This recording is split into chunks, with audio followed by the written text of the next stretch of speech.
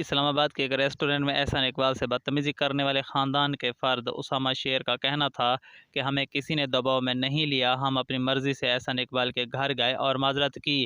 اسامہ شیر نے کہا کہ پبلک ایریا میں کسی کو بھی اس طرح کہنا نہیں چاہیے، ہم سے غلطی ہوئی۔ احسان اقبال معروف شخصیت ہیں اور ہمارے بزرگ بھی ہیں، ہمیں احساس ہوا کہ اپنی رائے اپنے پاس رکھنی چاہیے اور یہ سب سوچتے ہوئے ہم نے احسان اقبال سے معافی مانگنے کا فیصلہ کیا۔ سوشل میڈیا پر دباؤ میں لینے سے متعلق قیاس آرائیوں کی تردید کرتے ہوئے اسامہ شیر کا کہنا تھا کہ ہمیں کسی نے دباؤ میں نہیں لیا، ہم اپنی مرضی سے احسان اقبال کے گھر گئے اور معذرت کی۔ اسامہ کا کہنا تھا کہ احسان اقبال نے نہیں کہا کہ پی ٹی آئی جوائن نہ کریں یا نون لیگ جوائن کریں، ہم پر کسی قسم کا کوئی دباؤ نہیں آیا، پتہ نہیں ایسی باتیں کہاں سے آ جاتی ہیں۔ معافی مانگنے کا 100% فیصلہ ہمارا تھا، ہماری فیملی کو بھی احساس ہوا کہ جو ہم نے کیا وہ غلط تھا۔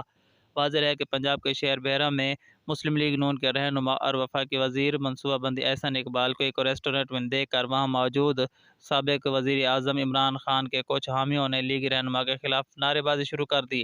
سوشل میڈیا پر وائرل ہونے والی ویڈیوز میں دیکھا گیا ہے کہ احسان اقبال ریسٹورنٹ کے کاؤنٹر پر کھڑے ہیں، اچانک انہیں دیکھ کر بظاہر پہلے ایک خاندان کی خاتون نے ان کے خلاف چور چور کے نعرے لگانا شروع کر دیے اور بعد ازاں اس میں دیگر افراد بھی شامل ہو گئے۔ اسی دوران ریسٹورنٹ میں موجود شہری ویڈیوز ریکارڈ کرتے رہے، تاہم کچھ منٹ بعد نعرے لگانے والی خاتون اور دیگر افراد باہر چلے گئے۔ بعد ازاں احسان اقبال نے ٹویٹر پر بیان جاری کرتے ہوئے واقعے کی تفصیلات بتائیں۔ اس کے بعد ٹویٹر پر اپنے ایک بیان میں وفاقی وزیر برائے منصوبہ بندی احسان اقبال نے بتایا کہ بحرہ واقعے میں ملوث فیملی نے ناروال آ کر ملاقات میں اپنے عمل پر معذرت کی، پچھتاوے اور شرمندگی کا اظہار کیا۔